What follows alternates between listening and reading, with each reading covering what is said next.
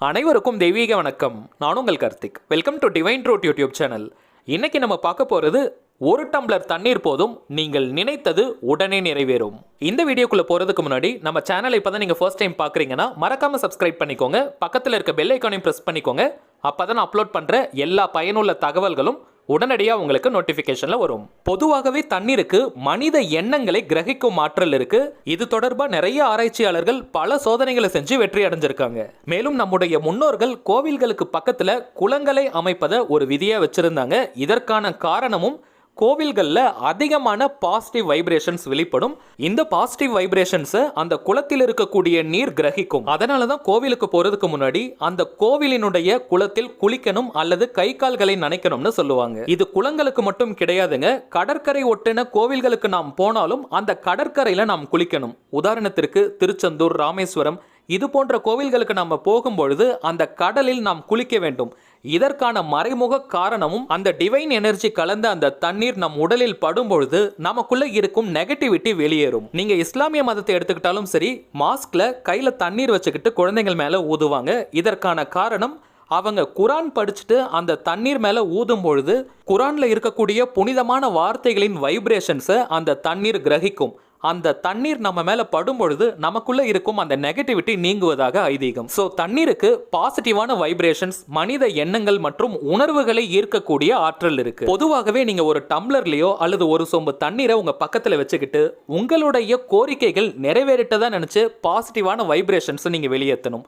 உங்களுடைய ஆசைகள் நிறைவேறிட்டா எப்படி நீங்க ஃபீல் பண்ணுவீங்களோ அந்த ஃபீலிங்ஸ் நீங்க வெளியேற்றும் பொழுது அந்த தண்ணீர் அதை கிரகிக்கும். அந்த தண்ணீரை நீங்க குடிக்கும் பொழுது அதில் இருக்கக்கூடிய அந்த எண்ண ஆற்றல்கள் உங்களுடைய ஆழ்மனதில் பதிய ஆரம்பிக்கும். நம்முடைய ஆழ்மனதில் எந்த ஒரு விஷயமோ அல்லது கருத்தோ பதிந்து விட்டால் அது கட்டாயமாக நம் வாழ்வின் நிஜங்களாக மாறும். அதை யார் நினைச்சாலுமே தடுத்து நிறுத்த முடியாது.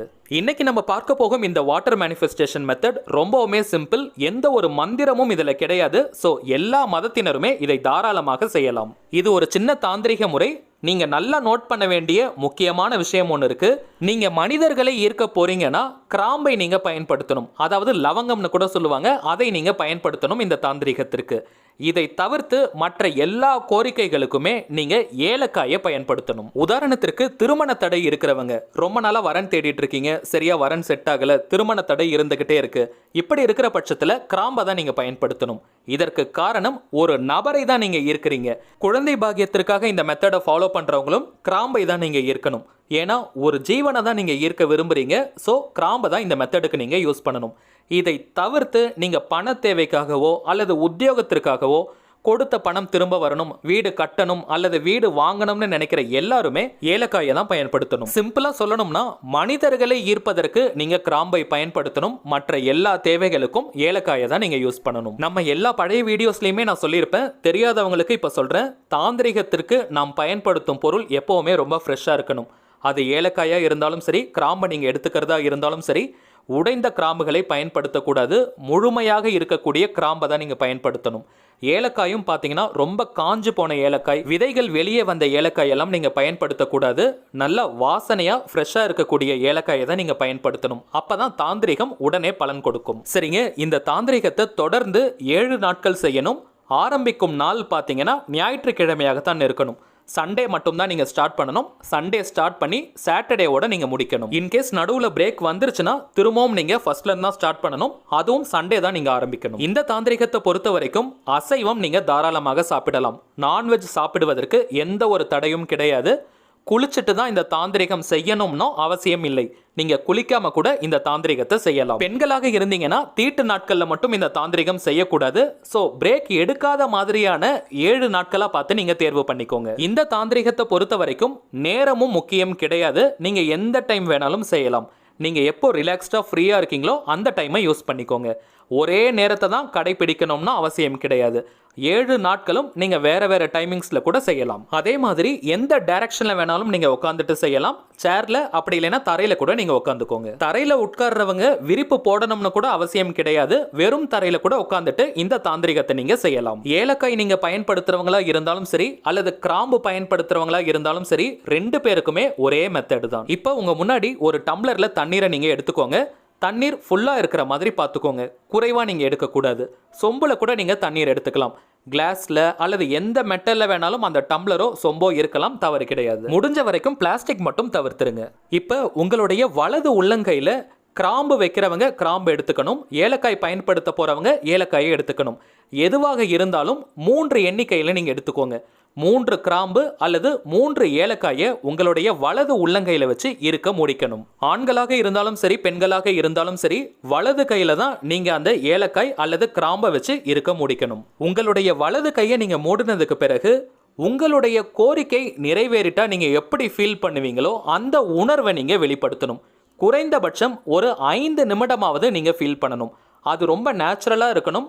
உண்மையிலேயே உங்களுடைய தேவைகள் நிறைவேறிட்டா, உங்களுடைய ஆசை நிறைவேறினா எப்படி நீங்க ஃபீல் பண்ணுவீங்களோ எக்ஸாக்டா அந்த உணர்வு நிலையை நீங்க கொண்டு வரணும். உங்களுடைய முகத்திலையும் மனதிலையும் அந்த அளவுக்கு சந்தோஷம் வெளிப்படணும். குறைஞ்சபட்சமா 5 நிமிடங்கள், அதிகபட்சமாக நீங்க 20 நிமிடங்கள் வரைக்கும் கூட அந்த உணர்வு நிலையில இருக்கலாம். நீங்க கண்களை திறந்து வச்சுட்டும் அந்த ஃபீலிங்ஸை கொண்டு வரலாம், அல்லது கண்களை மூடிட்டும் அதை நீங்க உணரலாம்.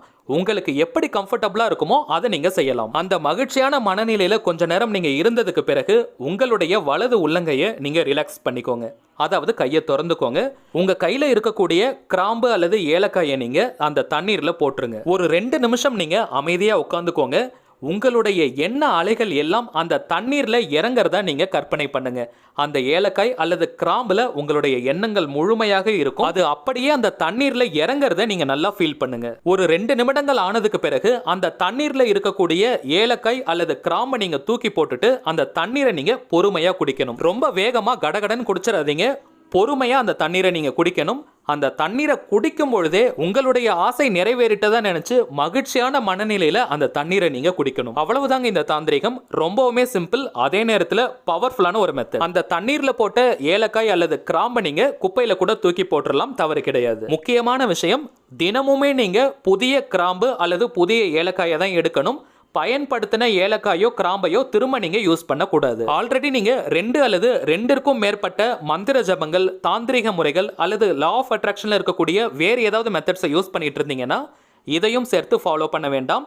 ஒரு மெத்தட் மட்டும் ஃபாலோ பண்றீங்க அல்லது ஒரு மந்திர ஜபம் மட்டும் செஞ்சுட்டு இருக்கீங்கன்னா தாராளமாக இதையும் சேர்த்து ஃபாலோ பண்ணலாம். முக்கியமான சில குறிப்புகள்: 7 நாட்களுமே ஒரே கோரிக்கை அல்லது ஒரே தேவைக்காக மட்டும்தான் இதை நீங்க பயன்படுத்தணும். 7 நாட்கள் முடிஞ்சதுக்கு பிறகு நீங்க திரும்பவும் வேற ஏதாவது கோரிக்கைக்காக பயன்படுத்தலாம். 7 நாட்களுக்குள்ளேயே உங்களுடைய கோரிக்கை நிறைவேறிட்டாலும் நடுவுல இந்த மெத்தடை நீங்க டிராப் பண்ணக்கூடாது. மொத்தம் 7 நாட்களும் நீங்க கம்ப்ளீட் பண்ணணும். அடுத்ததாக, யார்கிட்டயுமே இப்படி ஒரு தாந்திரிகம் நீங்க செஞ்சுட்டு இருக்கிறத ஷேர் பண்ணக்கூடாது. ஒன்ஸ் உங்களுடைய கோரிக்கை நிறைவேறினதுக்கு பிறகு நீங்க மற்றவங்க கிட்ட சொல்லலாம். வீட்டில் இருக்கும் நபர்களுக்கு தெரிந்தால் தவறு கிடையாது. வெளியாட்கள் யார்கிட்டயுமே ஷேர் பண்ணாதீங்க. இந்த தாந்திரிகத்தை ஃபாலோ பண்ற நாட்கள் முழுவதுமே உங்களை ரொம்ப பாசிட்டிவா நீங்க வச்சுக்கோங்க. ரிசல்ட் உங்களுக்கு இமிடியேட்டாக கிடைக்கும். சரிங்க, அவ்வளவுதான் இந்த பதிவு. தேவைப்படுறவங்க இப்ப நம்ம பார்த்த மாதிரியே கரெக்டா நீங்க ஃபாலோ பண்ணுங்க. 100% வெற்றி நிச்சயம். மேலும் இந்த வீடியோ உங்களுக்கு பிடிச்சிருந்தா மறக்காம லைக் பண்ணுங்க. நம்ம சேனலையும் சப்ஸ்கிரைப் பண்ணிக்கோங்க. தேவைப்பட்டுச்சுன்னா உங்க ஃப்ரெண்ட்ஸ் அண்ட் ஃபேமிலிக்கு இந்த வீடியோவை ஷேர் பண்ணுங்க. அடுத்ததா இன்னொரு முக்கியமான தலைப்போட நான் உங்களை சந்திக்கிறேன். என்றும் அன்புடன் கார்த்திக். நன்றி.